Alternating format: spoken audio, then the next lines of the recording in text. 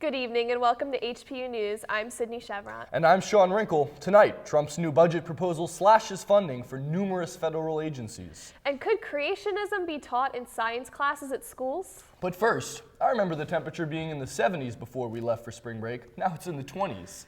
Kit, can you help explain why it's so cold outside now? Will it ever stay warm?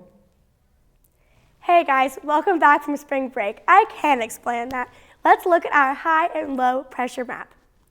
As you can see here, we do have some high pressure systems coming our way, which is why our weather will be a little bit more stable. But why it was so windy earlier in the week was because of these low pressure systems that just left us. Now, as for our national weather, as you can see in the northwest area, it's in those 40s and 50s, but still warmer than us over here in North Carolina. I don't know how that's possible. Then in the southern area, we have the 80s, 70s, pretty much what you experienced on spring break. And then in the northeastern coast, it's very, very cold, as we've experienced this past week. And we've got some 30s and 40s to look forward to in the next week. Speaking of your 7-day forecast, today we experienced some 47, low of 26. Tomorrow, it'll be partly cloudy, a little bit warmer, 58, and a low 46. Saturday, it will be rainy, so get those umbrellas and jackets because it's still going to be pretty cold with a high 66 and a low 37. And on Sunday, it'll be 59 with a low 33. Monday, it will start to clear up, and you'll get a high of 67 and a low 49. But then on Tuesday, we'll be right back to those showers, but it will be a little bit warmer with a high of 71 and a low 41. Wednesday, it will drop back down to a high of 59 and a low of 35. And on Thursday, it will be very cloudy with a high of 53 and a low of 42. So pretty much it's going to be all over the place this next week. So keep those jackets, but look forward to the warmth. All right, that's it. Back to you guys. Thank you, Kit. Let's hope it gets warm and stays warm. And now, Donald Trump's new revised travel ban is being stopped yet again after a federal judge in Hawaii put it on hold. The ban in question wishes to prevent citizens from 6 Muslim-majority countries from entering the states. Judge Derek Watson ordered a temporary stay hours before the ban was to go into effect, early this morning at midnight. While at a rally in Nashville, Trump called Watson's actions an, quote, unprecedented judicial overreach, and said he is willing to take his case all the way to the Supreme Court. Also, President Trump's new budget proposal will slash dozens of federal agencies and programs in favor of military funding. Here's a picture of all the agencies that are losing and gaining funding. Programs taking the biggest hit are the Environmental Protection Agency, the State Department, and Agriculture, while Defense and Security receive a slight boost. And in some states, creationism could soon be taught in schools as a scientific theory. Texas is at the forefront of this bill, with politicians in Alabama, Arkansas, Florida, Indiana, Iowa, Oklahoma, and South Dakota also supporting the bill. The Texan bill would allow science teachers to present ideas that may contradict issues such as global warming and evolution. Good news, Catholics. Bishops in cities all over the country, from Las Vegas to Philadelphia, are allowing those observing Lent to eat meat for St. Patrick's Day tomorrow. During Lent, members of the church who are 14 or older are asked to refrain from eating meat, but bishops of at least 112 dioceses across the country have waived the abstinence from meat this Friday. McDonald's catching some, but not too much heat after an anti-Trump tweet was sent out early this morning. The now deleted tweet said, quote, "At Real Donald Trump, you are actually a disgusting excuse for a president, and we would love to have Barack Obama back. Also, you have tiny hands." Now, this actually happened. I can't make this up. This tweet was pinned to the top of McDonald's social media before being deleted 20 minutes later. McDonald's clarified that their account had been compromised and they're investigating the account breach. And in recent weeks, the USA women's hockey team has been on strike to protest fair wage and treatment compared to the men's team. With the International Ice Hockey Federation World Championship approaching, a USA hockey spokesperson said they haven't contacted any replacement players yet, but will if they have to. The women on strike will have until the end of today to decide if they will represent the U.S. in the championship. Joining us now is our sports analyst, Kevin McMahon. Before we get into HPU sports, Kevin, what do you think these ladies should do? It definitely is not easy for them. Definitely not. And to be on the U.S. national women's hockey team, you got to be world class. Mm-hmm. You know, you've worked for this your entire life, and the United States is all about the land of opportunity. Mm-hmm. Everybody created equal, right? Well, then our national team needs to pay the women equally, right, to the men. I mean, that's what we're all about. So I hope that gets done, and I hope those women don't have to make that decision because they're not the ones that should be making that decision. And now winter sports have officially come to an end, and the spring teams approach conference play. Here's what's happening this week in the world of High Point sports. The High Point women's basketball team ended their season this past Friday with a 55-48 loss to Presbyterian in the Big South tournament. The Panthers finished the season with a 15-15 overall record and a 13-15 conference record. Emma Bachrath was selected as the Big South Player of the Year. Kayla Keys was voted to the All-Big South second team, and Cameron Brown made the Big South All-Freshman team, while Lindsay Edwards was nominated to the Big South All-Academic team. The High Point men's basketball team finished their season with a 91-55 loss to Gardner-Webb in the Big South tournament. The Panthers concluded their season with a 15-16 overall record and a 9-9 conference record. Miles Bowman Jr. was selected to the All-Big South second team, and Austin White made the Big South All-Academic team. After winning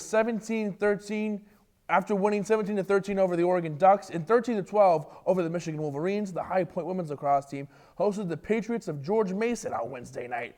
Brooke Stevens had a career night as she recorded 8 points, coming off of 2 goals and 6 assists against the Patriots. Darla Poulin scored 5 goals for the second time this season last night.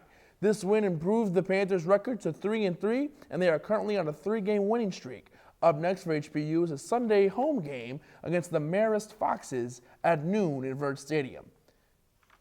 The Panthers men's lacrosse team traveled to Providence College this past Saturday. Senior Michael Leclerc led the way with 3 goals and 1 assist. However, the Friars would ultimately win 18-7. HPU kicks off Southern Conference play as they travel to Lexington to take on the Cadets of Virginia Military Institute at 7 o'clock on St. Patrick's Day this Friday. After taking 2 out of 3 from Kennesaw State over the weekend, High Point's baseball team dropped a weekday contest against Wake Forest 18-8. Josh Green went 2 for 4 with a home run and a triple, matching his career high of 4 RBI. High Point will travel to Liberty this weekend to begin conference play in the Big South. The Panthers are currently 8-7 on the season.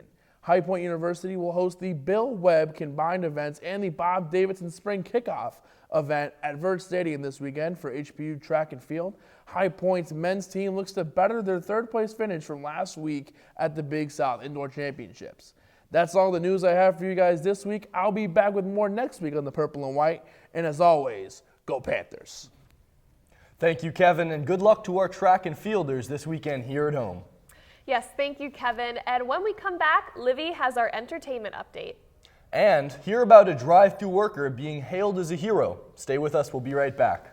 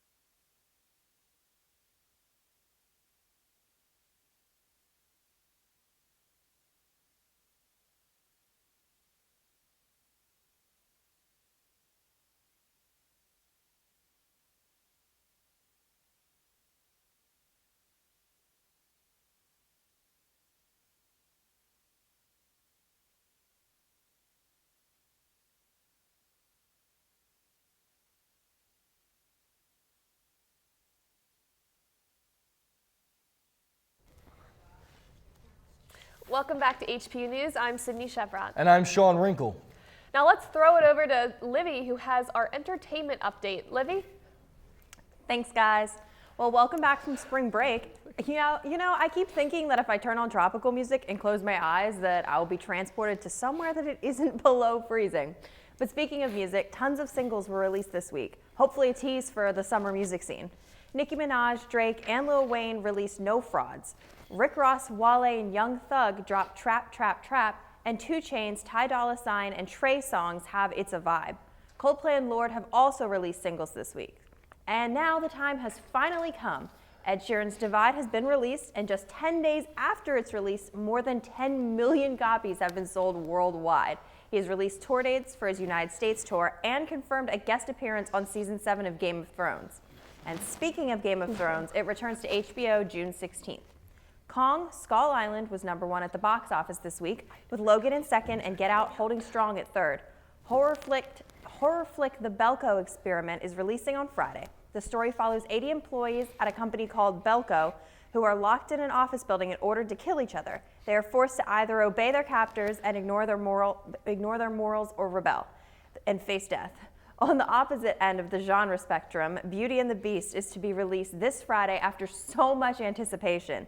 And in case you've been living under a rock, Emma Watson stars as Belle in this live-action remake of the Disney classic. IMDb gives it 3 out of 5 stars, and Rotten Tomatoes gives it a 72%. But despite some great reviews, Russia has restricted children under the age of 16 from seeing this movie due to a suggestive scene where 2 men dance with each other. And of course, there's been a general outcry on social media about the gay character. But that's all I got for you this week. Back to you guys. Thank you, Livy. The outrage centers around secondary villain LeFou and his sexuality. Well, now in the real world, a McDonald's worker is being hailed a hero after he jumped through a drive-thru window to help save a Miami police officer who was having trouble breathing. Pedro Viloria was serving breakfast to the woman and her children when she noticed she was clutching her neck and went unconscious. He jumped through the window to assist the woman and told her children to call 911. The woman was transported to the hospital where she is now in critical condition. And finally tonight, let's end on a nice cuddly note. If you're looking to adopt a fuzzy 4-legged companion, the Guilford County Animal Shelter has a great deal for you. The shelter has dropped the cat adoption fee by 70%, making cats and kittens just $15. The promotion, named March Madness in order to coincide with the basketball tournament's goal, is to reduce the cat population at the shelter since cats usually outnumber dogs. The deal runs through April 12th, and you can contact the shelter at 336-641-3400. Well, we thank you for joining us tonight. I'm Sean Wrinkle. Hopefully next time you'll see us, it'll actually feel like spring weather outside.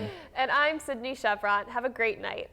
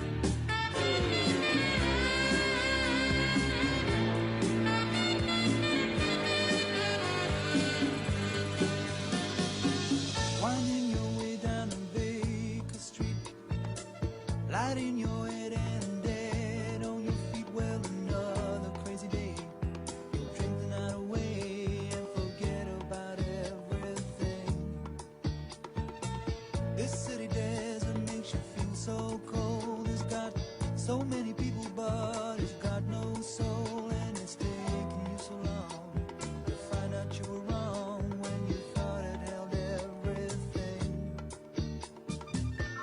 You used to think that it was so easy. You used to say that it was so easy, but you're trying now. Another year and then you'd be happy. Just one more year and then you'd be You're